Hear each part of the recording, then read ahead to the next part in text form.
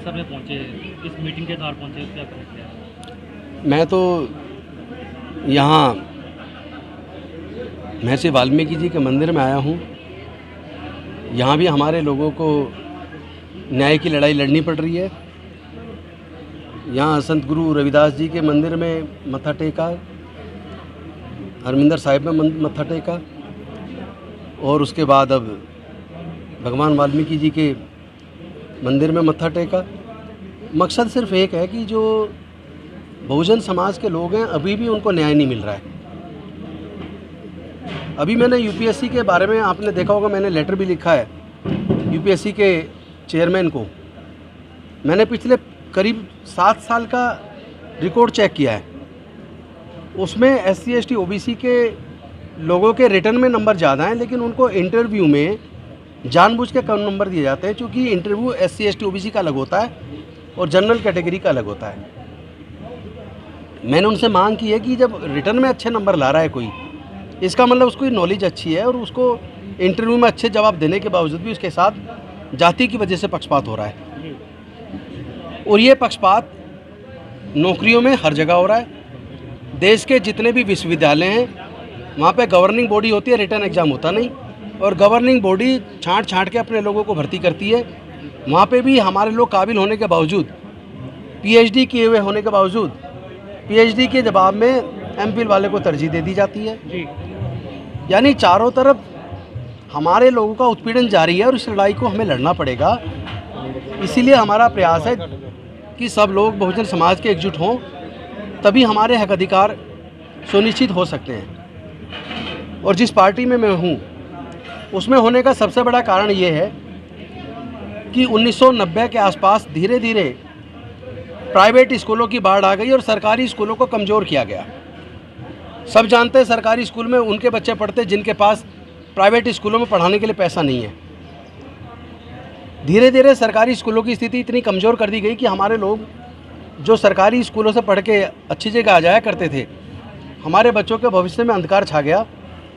और हमें ज़रूरत थी कि हमें सरकारी स्तर पर अच्छे स्कूल मिल जाएं ताकि हमारे बच्चे मेहनत करके पढ़ के अपना भविष्य बना सकें। ऐसे में एक शुरुआत आम आदमी पार्टी के द्वारा दिल्ली में हुई और दिल्ली के अंदर हेल्थ और एजुकेशन को इन्वेस्टमेंट माना गया, प्रायोरिटीज़ दी गई। सरकारी खर्चे पे दिल्ली के अस्पतालों को, दिल्ली के स्कूलों को इतना बेहतरीन बना दिया कि टोटल बजट का, आप मतलब सोच के ताजुब करोगे, टोटल बजट का लगभग 39% केवल हेल्थ एजुकेशन पे दिल्ली के बजट का खर्च हो रहा है। और सरकारी स्कूलों में, सरकारी अस्पतालों में मेजॉरिटी में गरीबों के बच्चे जाते हैं। गरीब कौन है आप जानते हैं। तो जो काम दिल्ली की सरकार कर सकती है, सरकारी स्कूल का अच्छा कर सकती है, सरकारी अस्पतालों को अच्छा कर सकती है, मोहल्ला क्लिनिक बना सकती है, और गरीबों के बच्चों को अफसर बनाने के लिए आजकल कोचिंग की ज़रूरत है। कोचिंग में लाखों रुपए लगते हैं, कोचिंग का पैसा हमारे लोगों के पास होता नहीं, बच्चे पिछड़ जाते हैं। तो दिल्ली की सरकार ने जय भीम मुख्यमंत्री प्रतिभा विकास योजना बना के हमारे बच्चों के सिविल सर्विसेज के लिए, इंजीनियरिंग के लिए, मेडिकल के लिए, जुडिशरी के लिए तमाम तरह की कोचिंग की व्यवस्था सरकारी खर्चे पे की है। और ऐसे बच्चों को कोचिंग के साथ साथ 2,500 रुपये महीना स्टाइपेंड भी दिया जा रहा है। तो ये जो व्यवस्था है, क्या ये सारी सरकारों को नहीं करनी चाहिए? ये पंजाब की सरकार को भी करनी चाहिए, ये यूपी की सरकार को भी करनी चाहिए, मध्य प्रदेश की सरकार को भी करनी चाहिए, ये बिहार की सरकार को भी करनी चाहिए। जब पूरे देश की राज्य सरकारें एजुकेशन पे और हेल्थ पे पैसा खर्च करेंगी, तब कहीं जाकर गरीब समाज के बच्चों को आगे बढ़ने का अवसर मिलेगा। अभी तो यह कोई गंभीर बीमार हो जाए, अचानक डॉक्टर कह दे 10 लाख खर्च होगा, तो आदमी मर जाता है। कहाँ से लाए 10 लाख? या अपना घर दुकान बेच देगा, जो थोड़ा बहुत था वो भी ख़त्म। तो क्या इलाज का खर्चा उठाने की जिम्मेदारी सरकारों की नहीं है? अगर दिल्ली की सरकार खर्चा उठा सकती है, क्या बाकी सरकारें नहीं उठा सकती? अगर दिल्ली की सरकार सरकारी स्कूल अच्छा कर सकते हैं, क्यों बाकी सरकार नहीं कर सकती? अगर दिल्ली की सरकार जय भीम मुख्यमंत्री प्रतिभा विकास योजना बना सकती है, तो क्या बाकी नहीं बना सकती? हमारे लोग सीवर में दम तोड़ देते हैं, लोगों के मल में उतरते हैं, शर्मनाक बात है। एक तरफ मंगलयान छोड़ रहे हैं, चंद्रयान छोड़ रहे हैं, पर सीवर साफ़ करने की आज तक हम ऐसी व्यवस्था नहीं कर पाए कि इंसान को अंदर ना उतरना पड़े।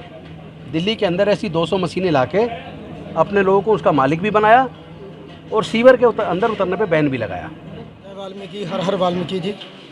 ਤੇ ਅੱਜ ਸ਼੍ਰੀ ਵਾਲਮੀਕੀ ਤੀਰਥ ਧੂਣਾ ਸਾਹਿਬ ਟਰਸਟ ਦੇ ਉੱਤੇ ਮੁੱਖ ਮਹਿਮਾਨ ਆਏ ਸੀ ਸਾਡੇ ਰਜਿੰਦਰਪਾਲ ਗੌਤਮ ਜੀ, ਜਿਹੜੇ ਕਿ ਸਮਾਜ ਕਲਿਆਣ ਮੰਤਰੀ ਨੇ ਦਿੱਲੀ ਤੋਂ, ਤੇ ਅਸੀਂ ਆਪਣੇ ਤੀਰਥ ਵੱਲੋਂ ਔਰ ਧੂਣਾ ਸਾਹਿਬ ਟਰਸਟ ਵੱਲੋਂ ਉਹਨਾਂ ਦਾ ਬਹੁਤ ਬਹੁਤ ਸਵਾਗਤ ਕਰਦੇ ਹਾਂ।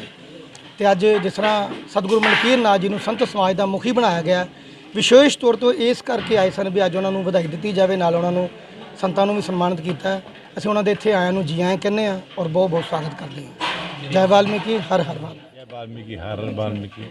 आज पावन वाल्मीकि तीर्थ विखे दिल्ली तो कैबिनेट मंत्री हरजिंदरपाल जी गौतम इत्थे भगवान वाल्मीकि धर्मशाला ਅਤੇ ਬਿਰਧ ਆਸ਼ਰਮ ਦਾ ਉਦਘਾਟਨ ਕਰਨ ਵਾਸਤੇ ਪਹੁੰਚੇ ਹਨ। ਅਸੀਂ ਉਹਨਾਂ ਨੂੰ ਜੀਆਂ ਵੀ ਕਹਿੰਦੇ ਹਾਂ, ਨਾਲ ਧੰਨਵਾਦ ਵੀ ਕਰਦੇ ਹਾਂ।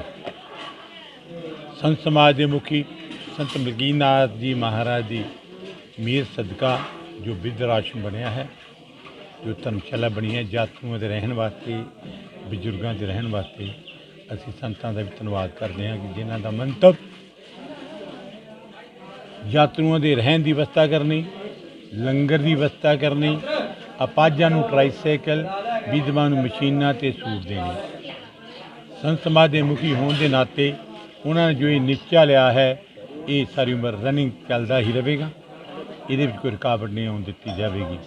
ਨਿਤ ਰੋਜ਼ ਸੰਗਤਾਂ ਦੇ ਵਾਸਤੇ ਲੰਗਰ ਦਾ ਅਵਸਥਾ ਕਰਨੀ, ਇਹ ਮੁੱਖ ਸੇਵਾਦਾਰ ਹੈ। ਤੇ ਅਸੀਂ ਦਿੱਲੀ ਤੋਂ ਮੰਤਰੀ ਸਾਹਿਬ ਦਾ ਬਹੁਤ ਬਹੁਤ ਧੰਨਵਾਦ ਕਰਦੇ ਹਾਂ, ਜਿਨ੍ਹਾਂ ਨੇ ਬਿਰਧ ਆਸ਼ਰਮ ਦੇ ਵਾਸਤੇ ਫੰਡ ਦੇਣ ਦਾ ਵੀ ਉਪਰਾਲਾ ਕੀਤਾ। ਤੇ ਅਸੀਂ ਜੀਆਂ ਵੀ ਕਹਿੰਦੇ ਹਾਂ, ਦਾ ਸੰਤ ਸਮਾਜ ਦਾ, ਸਾਰੀਆਂ ਸੰਗਤਾਂ ਦਾ ਬਹੁਤ ਬਹੁਤ ਧੰਨਵਾਦ। ਜੈ ਵਾਲਮੀਕੀ, ਹਰ ਹਰ ਵਾਲਮੀਕੀ।